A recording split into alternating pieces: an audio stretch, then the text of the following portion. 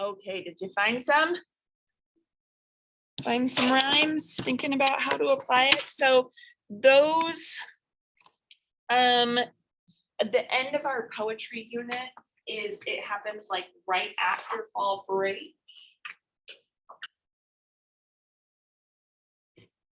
Yes, so you're probably going to have a poetry essay. I haven't totally finalized the schedules for this, but my guess is November 4th for your poetry essay. So we'll be continue to work on this. I will update that very quickly so that you can see what the requirements of that are. But basically, you're just going to be writing a 3 to 4 page paper about your chosen poem. Allison?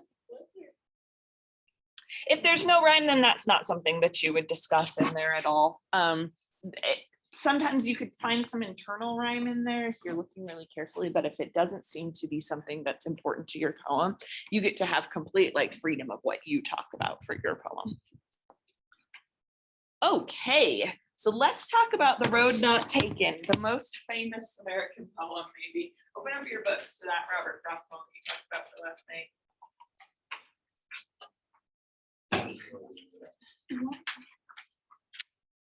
Okay, and just to start us off, I'm going to have you talk to the person next to you about how you think that this poem has been misinterpreted.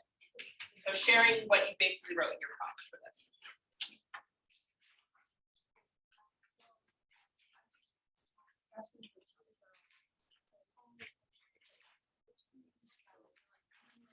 You write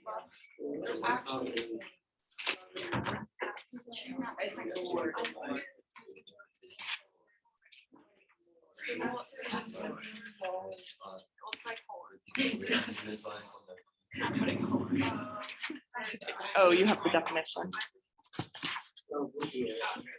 I went to watch the lecture and I watched the first half and I had to go back. Oh, okay.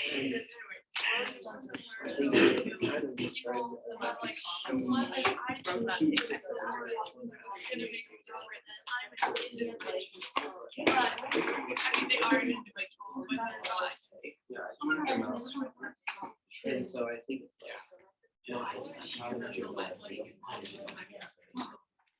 But they're not actually special. because it says more than really what you say. As for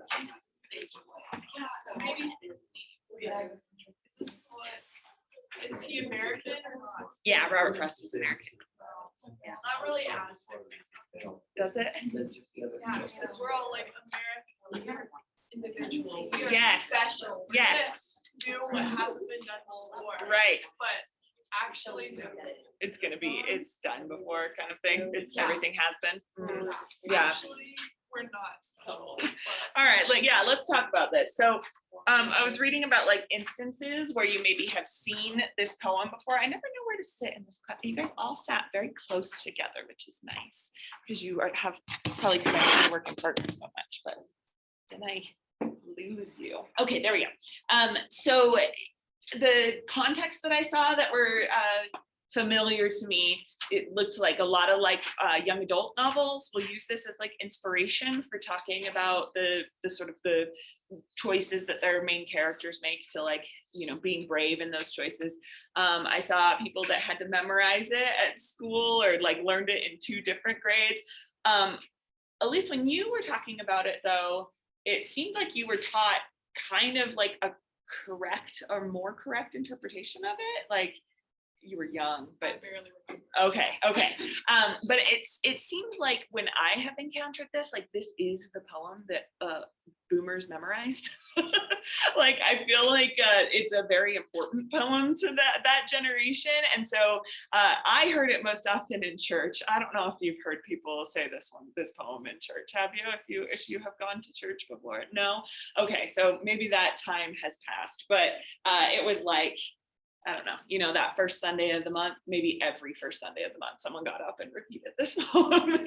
And so because of that, it's like, I think that it's just fascinating the way that we have misread the poem. Now, to say misread might be the wrong way to look at it, because I think like we're kind of reading it the way that Robert Frost wants us to read it, even if we are missing things. Yeah. I think that gives us like multiple perspectives Yes. Yes, I think that's right. But I also think that there is like real evidence in here, if you read it carefully, that this is not a poem about somebody choosing the path least taken, right? It's not a poem about somebody like sort of fighting conventions and doing the hard thing and sort of like taking the machete to like the undergrowth and fighting their way through this new path. So tell me why it can't be about that. So when we read the poem, we are led to believe that one of the roads is like that they're different roads. But if we look closely, then we can find that they're just as like they're similarly fair, or I don't know, they were somewhere else. They're this they're so similar. They're not different roads. Yeah. So really he's just taking like a similar road. They're like the same road. Right. And he says that he looks into the down as far as he could, and then it bends into the undergrowth. So he actually doesn't really know what the differences will be at all. But when he looks at the first part of them, it says that maybe you were looking for this part, had warned them about the same. Yeah. Allison? Yeah, I was just saying like it had warned them about the same, so one of them isn't necessarily saying. Yes, exactly. And that's the point of this poem, is that he's saying that one of them is less traveled. So let's just look at each stanza and make sure we're clear on this. So 2 roads diverged in a yellow wood. So there are 2 different roads. And he's sorry that he could not travel both and be one traveler. What does that mean about, like, the roads are clearly a metaphor. He's not actually talking. I mean, he is talking about roads in the poem, but he's not actually talking about roads. Yeah, he's talking about these choices that you make in life that send you down one road or the other. Yeah, Whitney. I thought he's saying like he has to be dedicated to one thing here. Yes. Pick, but it's not an offense to whoever's on the other side. Totally, yeah. And I also think that, so he's like equally comfortable with both choices. It's not like one choice is bad and one choice is good. He actually wishes that he could do both things. Yeah. I feel like there's this third decision that people have to look at, and they only look at the decisions that are right. Oh, it could be talking about that. And we could be talking not just about a third decision, but about all the different decisions that you could make, right? Like we just had college day, and choosing what college you go to, that sets you on a path. It does. It might not be a path that you couldn't double back on and change directions and so on, but like I can pretty much like take all of the big things that have happened to me in my life and kind of track them back to choosing to go to BYU for my undergrad. Because choosing to go to BYU, I started there. I thought I was going to be pre-med and so major in maybe like psychology and then do pre-med. And then I met all the BYU bros that were doing pre-med, and I was like, nope, not for me. If I had gone to a different school, I might have stayed down that path. You know, if I had gone to the University of Utah, that's a way different kind of pre-med atmosphere because they have a teaching college there. It might have, you know, I might be an actual doctor right now instead of a philosophical doctor.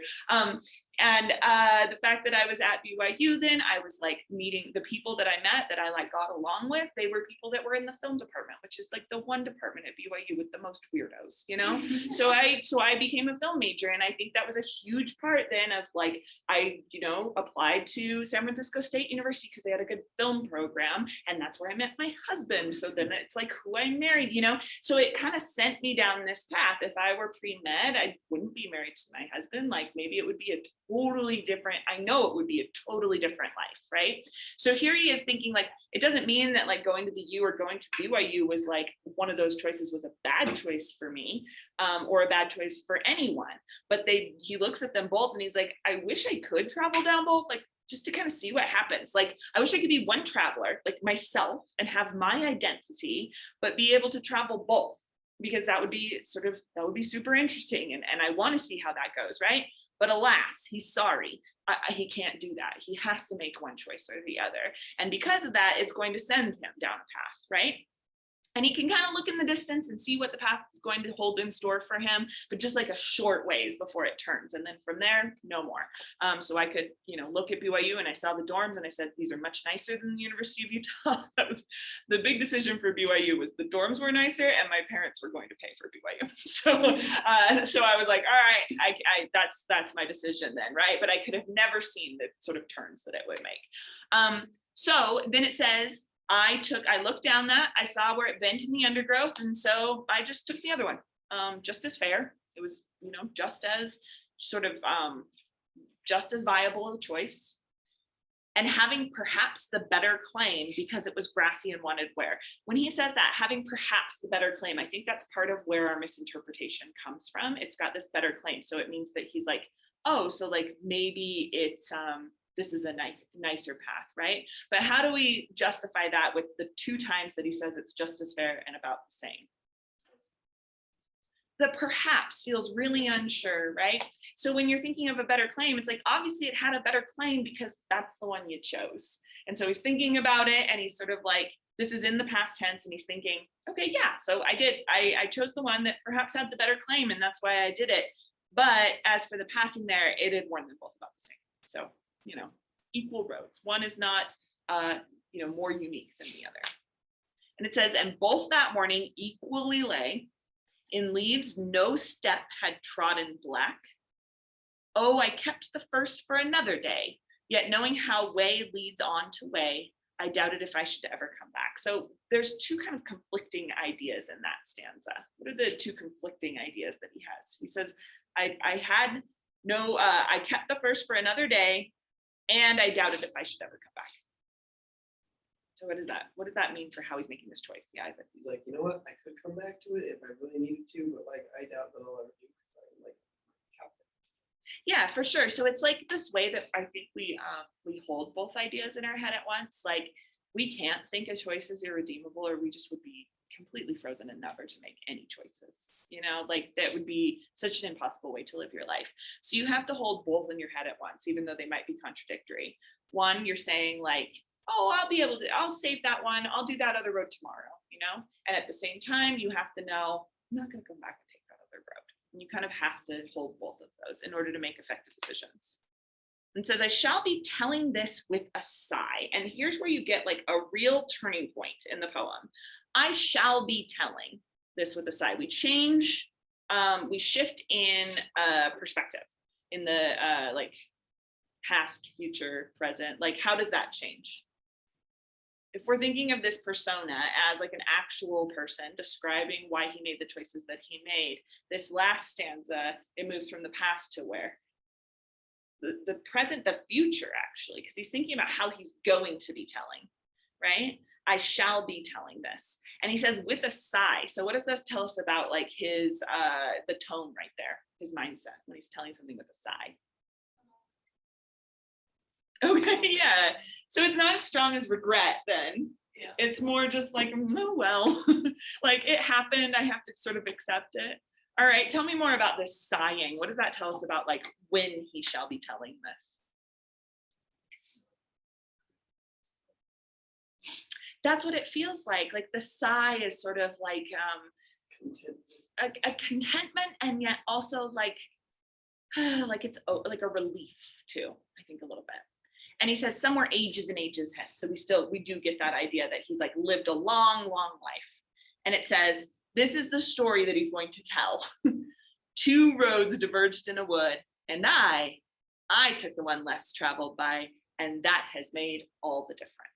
So he's telling the story. I imagine him like sort of like with all his grandkids around. And I feel like my grandpa has told me stories like this as well. Like I made this choice and it was the hard choice. And it was the choice that not everyone would have made, but I made it and it has made all the difference. It's almost like a big fish story where it's like, yeah. it kind of is exaggerating how like less traveled by was. Yeah, right. I had to walk, uphill to school in 4 feet of snow both ways, but I did it anyway and I got my education, like one of those. Yeah, Alice. It feels to me like he's kind of it feels like he's stuttering. Yes. Okay, let's look at that part. 2 roads diverge in a wood, and I, long dash, I took the one less traveled by. So there's like you say like an insecurity in that part, right? How else could we read the I? Because I think we could read it as an insecurity. Whitney? I think we could also take it as like a confidence, like a pride. Okay. Because he's like, and me, look at me, like I'm the one who took that road. Yeah. Okay. So he could be standing up and saying, I took the one less traveled by, right?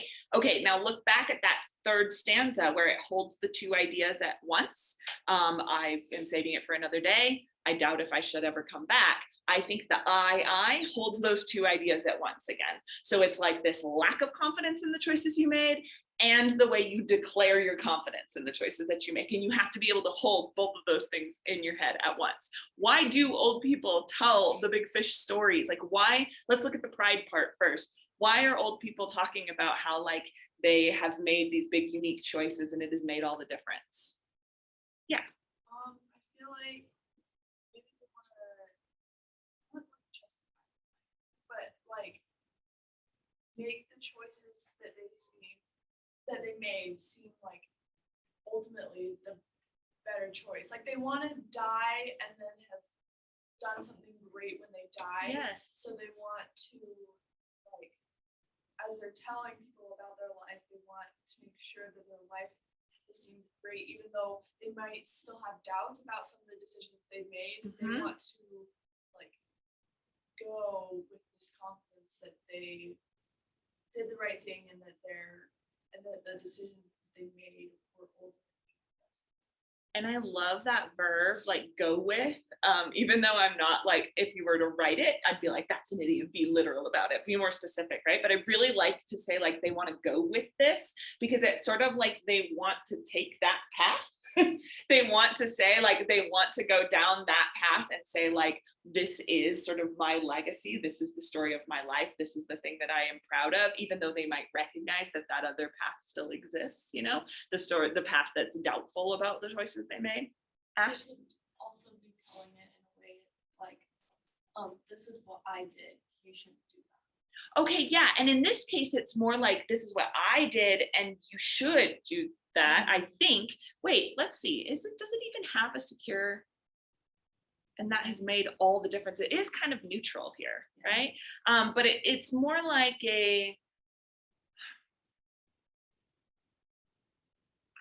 you started with justification and you said, I don't think it's justifying, but maybe it is a little bit of a justification of the choices that I made. So maybe it could also be more like inspiration too, to people like, you know, take the one less traveled by because look how awesome I am. All right. Let's look at then. So if this poem has been misinterpreted and they're saying, oh, look, this guy took the road less traveled by and it's so awesome for him. But we're reading the I's at the end as being a little bit more insecure than that. It's maybe not so awesome for him. He has these doubts and he's trying to tell this story about how his whole life has sort of wrapped up. Yeah, Ash? Maybe like every decision, like, good or bad. Yes. It's just a decision. Yes, I think that's a huge part of this. Yeah, Whitney? I feel like he could be like, we're talking in terms like when an older man with all his grandkids. I feel like my grandparents trying to do this to us when they start talking about it and why we should do it. Then they notice that we're just like nodding along, like, yeah, right, I'm never gonna do that. And he's just like trying to leave it on a neutral, like inspirational note, like make them think about maybe changing. Yeah, and it's made all the difference. Yeah, that emphasis on difference and trying to say like it has made a difference. I think that's the important part of this poem, is that the choices are neutral. You don't know which one you're going to choose. You don't know which way is the right way. Probably both of them are the right way. There isn't a path for you. There isn't necessarily a plan for you. They're kind of, it's neutral, right? No good or bad choices right here in this poem, at least the ones he's talking about. And yet you have to tell the story of how it has made a difference in your life. You have to construct this narrative about how you have ended up the way that you have ended up. And if you are able to see that as the difference, the way that you can tell the story of your life, that's the more powerful thing.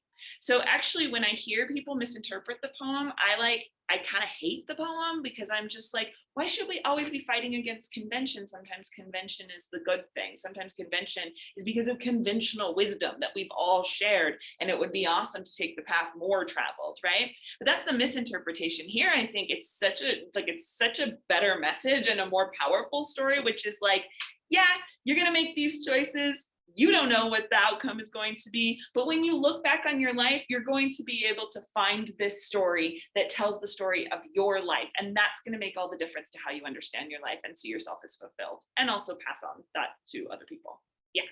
The way I read it, I don't remember the term, but it's like feeling that none of your choices really.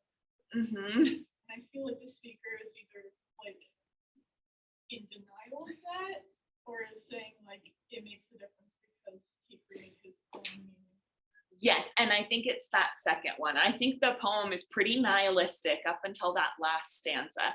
And I think the way that we create meaning is in the way that we tell the story. I shall be telling this with a sigh, whether that's to yourself or to other people. It's the way that you tell the story to create your own meaning to your choices, rather than any sort of meaning that's been imposed on you because of the nature of those paths. So like, it feels way more optimistic to me because of that, because you get like there's so much like free will in this poem. At least you're going to tell yourself you're going to tell yourself that there is free will. And so that will make all the difference. That's all you need to do. Yeah, Ash. Kind of like saying,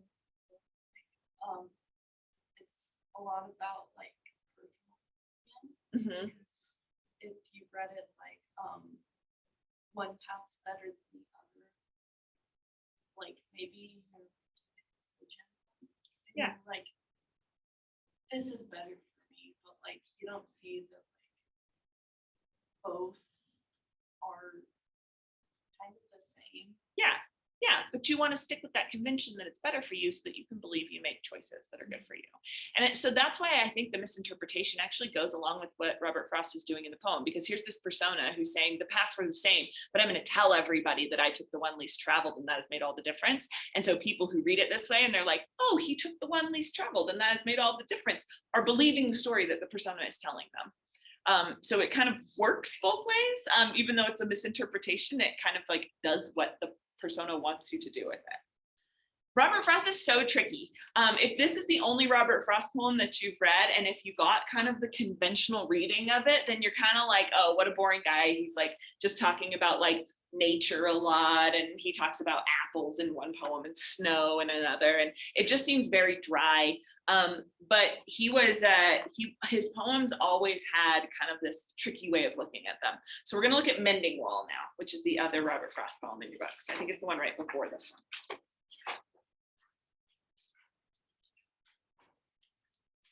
Okay, so I'm going to read this one out loud to you, and then you're going to figure this out in your partners, what the plot is. So, something there is that doesn't love a wall, that sends the frozen groundswell under it and spills the upper boulders in the sun and makes gaps even two can pass abreast. The work of hunters is another thing. I've come after them and made repair when they have left not one stone on a stone, but they would have the rabbit out of hiding to please the yelping dogs. The gaps, I mean, no one has seen them made or heard them made, but at spring mending time, we find them there. I let my neighbor know beyond the wall, and on a day we need to walk the line and set the wall between us once again. We keep the wall between us as we go, to each the boulders that have fallen to each. And some are loaves, and some so nearly balls we have to use a spell to make them balance. Stay where you are until our backs are turned. We wear our fingers rough with handling them. Oh, just another kind of out-of-door game. One on a side, it comes to little more. There, where it is, we do not need the wall. He is all pine, and I am apple orchard. My apple trees will never get across and eat the cones under his pines, I tell him. He only says, good fences make good neighbors. Spring is the mischief in me, and I wonder if I could put a notion in his head. Why do they make good neighbors? Isn't it where there are cows? But here, there are no cows. Before I built a wall, I'd ask to know what I was walling in or walling out, and to whom I was like to give offense. Something there is that doesn't love a wall, that wants it down, I could say. Wants it down. I could say elves to him, but it's not elves exactly, and I'd rather he said it for himself. I see him there bringing a stone, grasped firmly by the top in each hand like an old stone savage armed. He moves in darkness, as it seems to me, none of woods only and the shades of trees. He will not go behind his father's saying, and he likes having thought of it so well. He says again, good fences make good neighbors. Okay, as I was reading, I came up with a good idea for this one. So I am going to have you come and sit 6 people in each row, just down these 2 rows, and bring your poem and a pencil with you.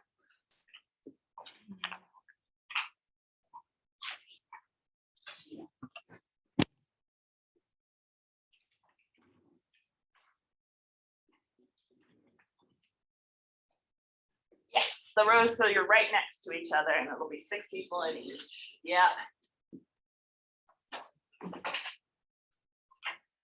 Oh, we don't have 6 people in each because Abby's not here. So the last one, you guys are a little group of 3 for every time we change. Okay, so something there is that doesn't love a wall, that sends the frozen groundswell under it and spills the upper boulders in the sun. Here's what we should do. The very first group here, we're gonna just be moving through these partners so that you're gonna have a chance to talk to everyone. So you're partnered with the person sitting next to you. And I want you to talk about what do you think the plot is of this poem? What is happening in this poem? Just talk for about a minute about that.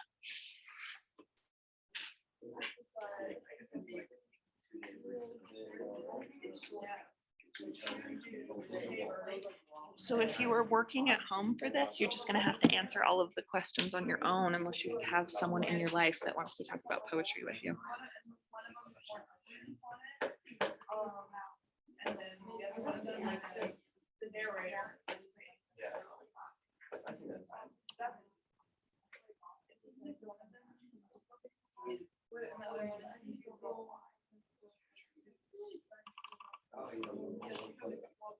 They're both.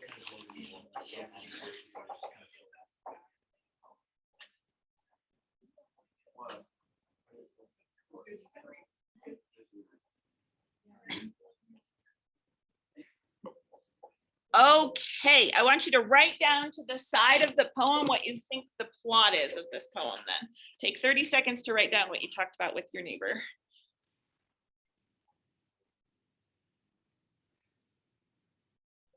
Ooh, let's keep calling it neighbor.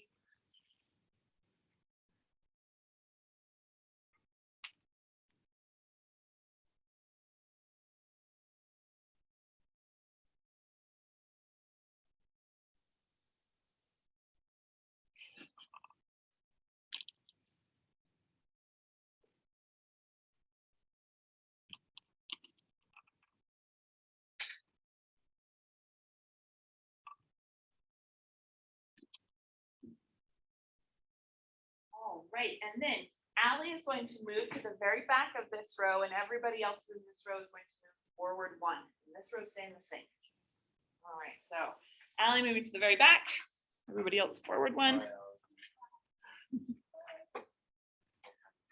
Okay, and with your new partner, you are finding the meter of this poem. You're trying to name the meter.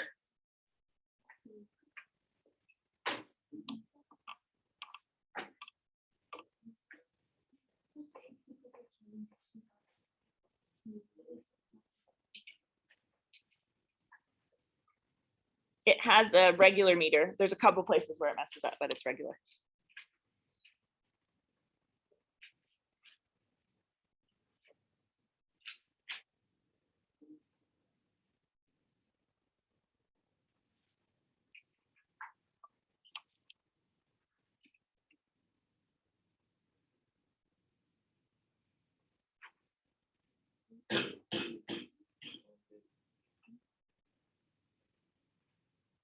You got it? Okay, I'm going to say it really clearly, and you can hear if you hear it. Something there is that doesn't love a wall, that sends the frozen groundswell under it and spills the upper boulders in the sun and makes gaps even 2 can pass abreast. It is iambic. How many feet per line? Pentameter, yes. So right to the side, iambic pentameter. And then you are going to move again. So Michaela's going to move to the back. Everybody else move forward 1.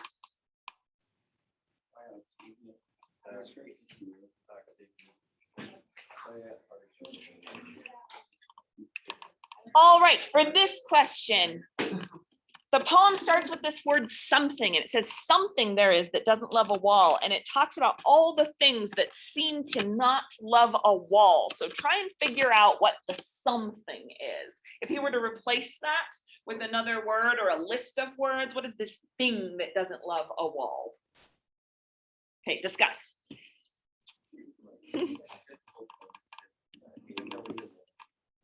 Hi, you're supposed to talk about Octavia.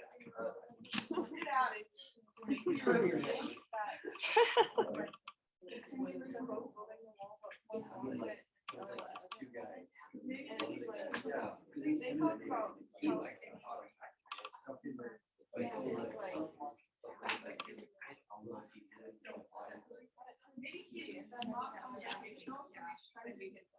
almost past grads, like crying. Okay, there's some. And then what is like, so he's like trying to justify it. And so no. Animal.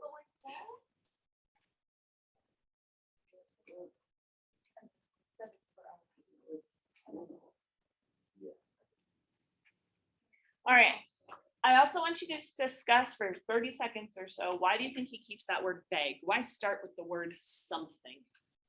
Instead of just saying hunters don't like walls, or I don't like walls, or elves don't like walls. Why does he keep this so vague? Okay, talk for 30 seconds. He doesn't want to be that guy. He's like, I hate that. No, you can't be your wall. He's like, oh, he's like, you know what? Something. I actually hate it. He doesn't understand why walls were like. I don't like them. So I probably like Okay, write down a couple notes about that next to the word something. Or a line leading to something.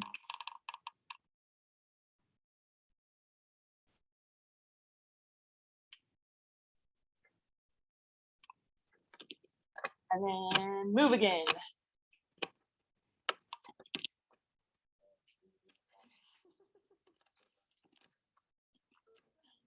Okay, this next question, how does the persona feel about his neighbor?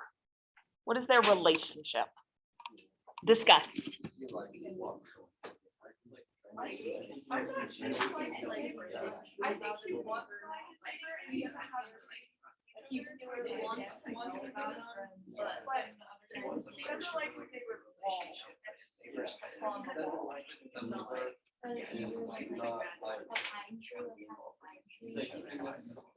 Yeah.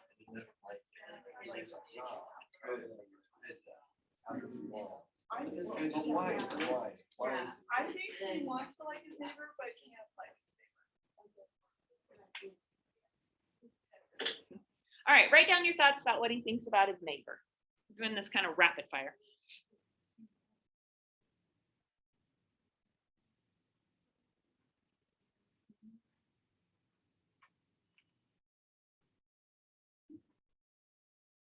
We have a classic case of introvert, extrovert with these two neighbors. One looks like, no, let's just keep building up this wall. I never have to look at you.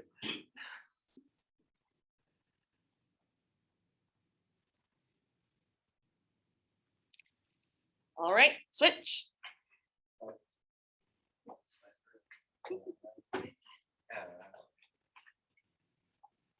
All right. Why do you think the neighbor wants a wall? Discuss. just like a private lifestyle, you know?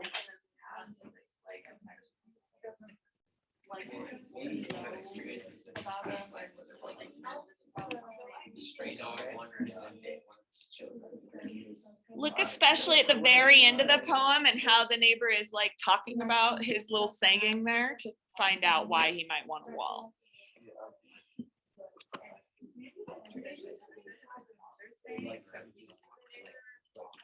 It's just if I need to move away from the neighbor, it was like,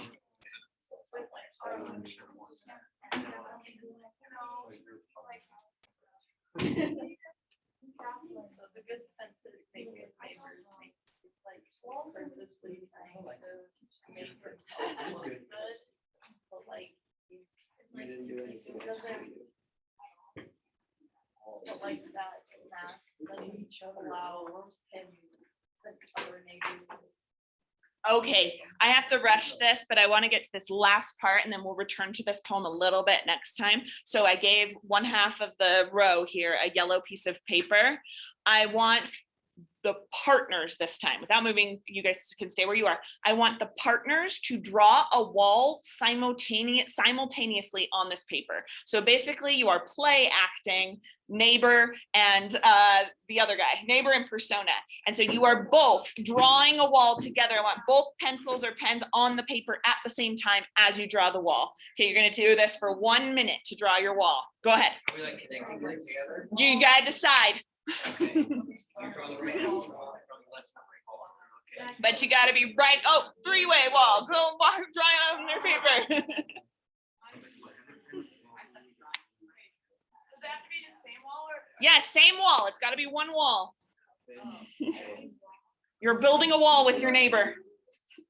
We use like bricks and stuff like that, and so like, like, on it, like. Allie, you gotta draw on it at the same time. One person can't do all the work. Elise, draw on it. Yeah. This whole paper. Oh, look at this, look at this wall. You're feeling so much pride in your wall. Yeah, look at this brickwork, it is fine. Okay, I have a lot of people here who are not used to working together. You are in these groups now where you're not used to working with this person in this class. Do you feel closer to your partner after drawing a wall with them? Right? Okay, so part of the trick of this poem is that you've got this guy who is like something there is that loves the wall, and it seems like he's trying to create this barrier, and yet the act of building the wall together is what brings them close together. So there's this central irony to the poem, right? All right, so we're going to return to this when you get back. You can throw away your walls unless you want to show them to me because they're such beautiful walls. They're Such a good wall. It's kind of crooked, but. Oh, beautiful wall.